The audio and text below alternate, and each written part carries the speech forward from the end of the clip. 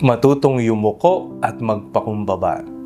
Ako po si Father Fiel Pareha at ito po ang ating segment, ang Daily Devotion, na kung saan tayo po ay magdarasal, magbabasa at magninilay kasama ng salita ng Diyos sa buong taon. Manalangin tayo. Sa ngalan ng Ama, ng Anak at ng Espiritu Santo. Amen. Halina, banal na Espiritu, liwanagan mo ang aming puso at isip nang maunawaan at may sa buhay namin ang iyong salita. Amen. Our Bible passage for today is from the first letter of Peter, chapter 5, verses 5 to 14, and I read it for you. And all of you must clothe yourselves with humility in your dealings with one another, for God opposes the proud but gives grace to the humble. Humble yourselves, therefore, under the mighty hand of God, so that He may exalt you in due time. Cast all your anxiety on Him because He cares for you.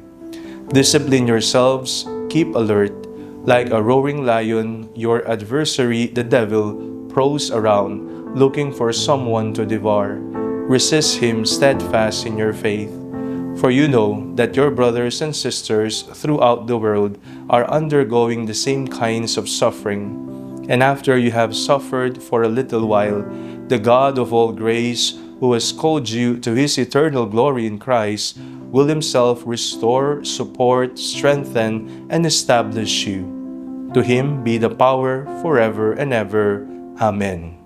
Through Silvanus, whom I consider a faithful brother, I have written this short letter to encourage you and to testify that this is the true grace of God. Stand fast in it.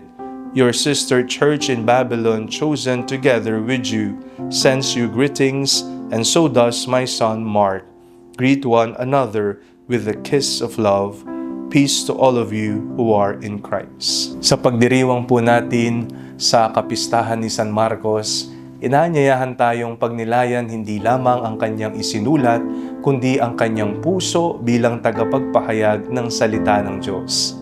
Si San Marcos ay hindi kabilang sa 12 apostol, ngunit naging mahalagang saksi siya sa buhay ni Kristo sa pamamagitan ng kanyang ebanghelyo. Malinaw ang paanyaya ng pagbasa, magpakumbaba kayo sa ilalim ng makapangyarihang kamay ng Diyos. Ang pagpapahayag ng salita ng Diyos ay hindi tungkol sa galing o sa talino o sa ganda ng pananalita.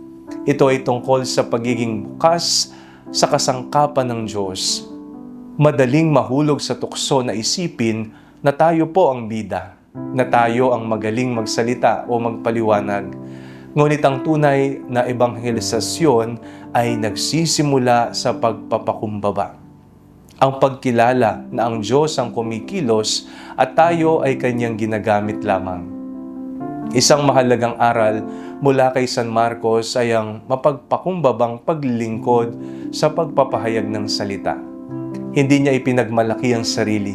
Hindi niya inilagay ang sarili sa sentro ng kwento. Sa halip, itunoon niya ang pansin kay Kristo. Ang kanyang ebanghelyo ay simple, direkta at puno ng kapangyarihan. Hindi dahil sa kanya, kundi dahil sa mensahe na kanyang ipinahayag. Sa tuwing tayo po'y nagbabahagi ng ating pananampalataya, sa ating pamilya man yan, mga kaibigan, o kahit sa simpleng pakikitungo, inaanyahan tayong gawin ito ng may kababaang loob.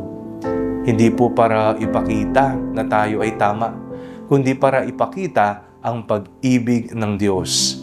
Hindi rin para mangibabaw, kundi para maglingkod.